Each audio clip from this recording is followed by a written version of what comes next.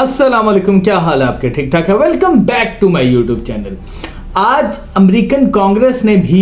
پاکستان میں جو 8 فروری کے الیکشن ہوئے اس کے اوپر جو ہے تحقیقات کا مطالبہ کر دیا۔ یہ بہت بڑی ڈیولپمنٹ جو ہے امریکہ میں دیکھی گئی، اور اس بارے میں آپ لوگوں کو بتا دوں کہ بیسیکلی یہ تشویش کا اظہار کیوں کیا گیا، اور اس کے علاوہ بہت سے ممالک جو ہے وہ یہ بات کرتے رہے ہیں۔ دوسری امپورٹنٹ بات میں آپ لوگوں کو بتا دوں کہ آج پاکستان تحریک انصاف کے 172 اراکین جو ہے وہ قومی اسمبلی میں پہنچے اور ان کا اجلاس ہوا۔ سب سے پہلے جو ہم ڈسکس کریں گے کہ امریکن کانگریس میں یہ ایک ریزولوشن پاس ہوئی کہ جو پاکستان میں 8 فروری کا جو الیکشن ہوا ہے اس کے اوپر تحقیقات ہونی چاہیے، اور ان کو ایسا شک ہے کہ جو عوام کا مینڈیٹ تھا وہ تسلیم نہیں کیا گیا۔ اب اس میں آپ لوگوں کو بتا دوں کہ اس ریزولوشن کی جو خلاف ووٹ ہے وہ ٹوٹل 6 سے 7 ووٹ تھے، اور اس کی حمایت میں 300 پلس ممبران نے ووٹ دیا۔ اب امریکہ نے بھی اس چیز کا مطالبہ کیا کہ پاکستان میں جو الیکشن ہے اس کی تحقیقات ہونی چاہیے۔ اور اس سے پہلے میں آپ لوگوں کو بتاؤں کہ میں نے اپنے لاسٹ ولاگ میں بھی آپ لوگوں کو بتایا تھا کہ جسٹس اطہر من اللہ صاحب نے بھی یہ جو مخصوص نشستوں کا کیس چل رہا ہے سپریم کورٹ کے اندر، اس کے اندر بھی انہوں نے یہ بات کی کہ سپریم کورٹ کے اندر جو سب سے بڑا کیس ہے وہ ہے 8 فروری کے الیکشن میں دھاندلی کا، کہ وہ کیس سننا چاہیے کیونکہ وہ مین کیس ہے کہ ہمیں 8 فروری کا جو الیکشن ہوا ہے اس کے اندر جو انتخابی دھاندلیاں کی گئی ہیں اس کو دیکھنا چاہیے، اور وہ پٹیشن سپریم کورٹ کو سننی چاہیے۔ اب آپ یہ دیکھیں کہ یہ ساری ذمہ داری الیکشن کمیشن کے اوپر آ رہی ہے کہ انہوں نے اپنا کام پراپرلی نہیں کیا۔ اب امریکہ کی طرف سے یہ مطالبہ بہت بڑی بات ہے، کیونکہ بہت سے لوگ یہی کہہ رہے تھے، بہت سے تجزیہ کار یہ کہہ رہے تھے کہ امریکہ کی پاکستان کو سپورٹ ہے جس کی وجہ سے یہ گورنمنٹ بنی ہے۔ لیکن اگر اب آپ یہ دیکھیں تو امریکن کانگریس نے اس چیز کا مطالبہ کیا کہ پاکستان میں جو الیکشن ہوئے اس کی تحقیقات کی جائیں۔ اس سے پہلے چائنا نے پاکستان کو دورہ کیا، اور اس کے اندر بھی انہوں نے بات کی کہ آپ اپنے ملک کے اندر پولیٹیکل سٹیبلٹی لائیں، کیونکہ پولیٹیکل سٹیبلٹی تو اس وقت تک نہیں ہو سکتی جب تک آپ کسی کا مینڈیٹ اس کو پراپرلی دے نہ دیں۔ اب پاکستان تحریک انصاف کا کیا مطالبہ ہے؟ وہ یہ صاف کہتے ہیں کہ ہمارا جو مینڈیٹ ہے ہمیں دیا جائے۔ اب ان کے مینڈیٹ کے مطابق اور فارم 45 کے مطابق ان کی 200 کے قریب سیٹیں بنتی ہیں، اور اگر یہ مخصوص نشستیں مل جائیں گی تو پھر آپ دیکھیں کہ وہ تو آرام سے گورنمنٹ بنا سکتے ہیں۔ اور یہی وجہ ہے جس کی وجہ سے پاکستان کے اندر پولیٹیکل سٹیبلٹی نہیں آتی، اور یہی وجہ ہے جس کی وجہ سے جو دوست ممالک ہیں وہ آپ کے ملک کے اندر انویسٹمنٹ نہیں کرتے۔ تو امریکہ کا یہ بات کرنا اور امریکہ کا یہ بات کہنا کہ 8 فروری کے الیکشن کی تحقیقات ہونی چاہیے، یہ پاکستان کے الیکشن کمیشن کے اوپر بہت بڑا سوالیہ نشان اٹھتا ہے اس بات کے اوپر کہ دوست ممالک، باہر کے ملک کے لوگ اور وہاں کی پارلیمنٹ میں یہ ریزولوشنز پاس ہو رہی ہیں کہ پاکستان کے جو الیکشن ہوئے اس کی تحقیقات کریں۔ یہ سوالیہ نشان ہے 8 فروری کا الیکشن جو ہوا ہے۔ تو کیا اس کے پیچھے اب کوئی ایسی چیز یا کوئی ایسی بات رہ گئی ہے جس کے اوپر ہم یہ بات کہہ سکیں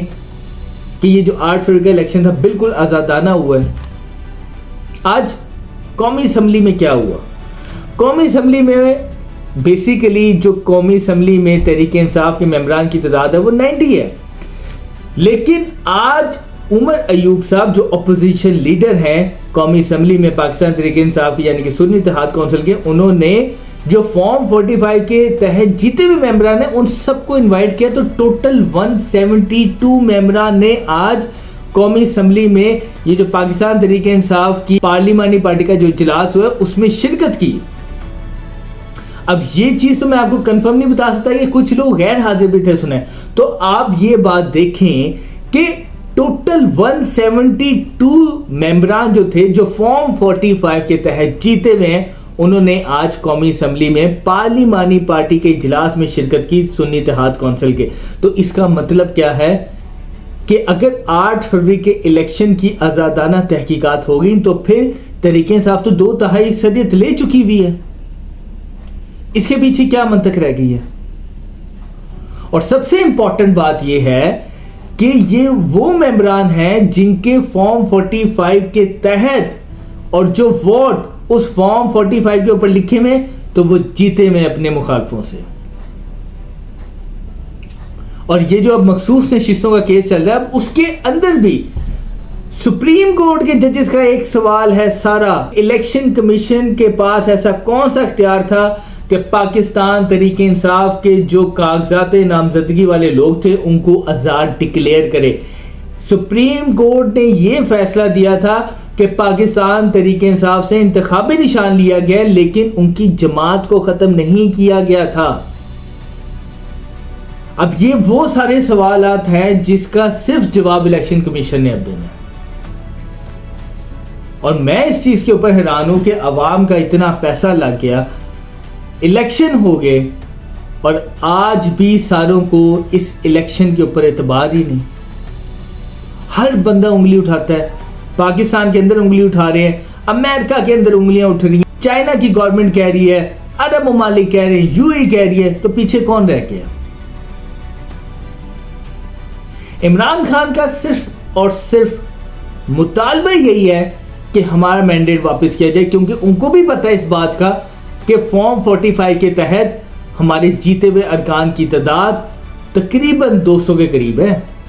اور اگر یہ مخصوص نشستوں والے آگے تو پھر آپ دیکھیں ان کی تعداد کہاں جاتی ہے. عمران خان کا جیل میں جب بھی وہ اپنے وکلا سے ملتے ہیں اور جتنے ان کی پارٹی قیادت کے لوگ جاتے ہیں وہ یہی بات کرتے ہیں کہ میں اپنا مینڈیٹ لوں گا اور اس کے اوپر کوئی کمپرومائز نہیں کروں گا.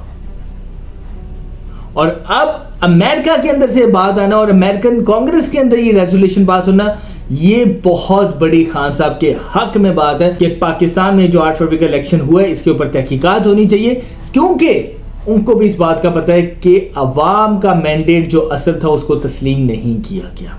اور یہ میں آپ لوگوں کو بتا دوں کہ عمران خان کے جو ایک کیس ہے یہ جس کے اندر ان کی سزا ہے وہ ہے عدت میں نکاح کا کیس. جمعے کو 3 بجے اس کیس کا فیصلہ سنایا جائے گا, اور اگر اس کیس میں خان صاحب کی سزا معطل ہو گئی تو خان صاحب اڈیالہ جیل سے باہر آئیں گے. پیچھے ان کے کسی کیس کے اندر ایسی سزا نہیں ہے جس کی وجہ سے ان کو اندر رکھا جائے, لیکن خان صاحب کا صرف ایک اور صرف ایک ہی مطالبہ ہے, وہ یہ ہے کہ میں باہر بھی آؤں گا تو میں اپنے حق کے لیے جدوجہد کروں گا, اور یہ جو انہوں نے ہمارا مینڈیٹ چوری کیا ہے میں اس کو واپس لے کے رہوں گا, میں کسی صورت ان کی غلامی نہیں کروں گا. تو ملتے ہیں اپنے نیکسٹ ولاگ میں نئی خبروں کے ساتھ. پاکستان زندہ باد.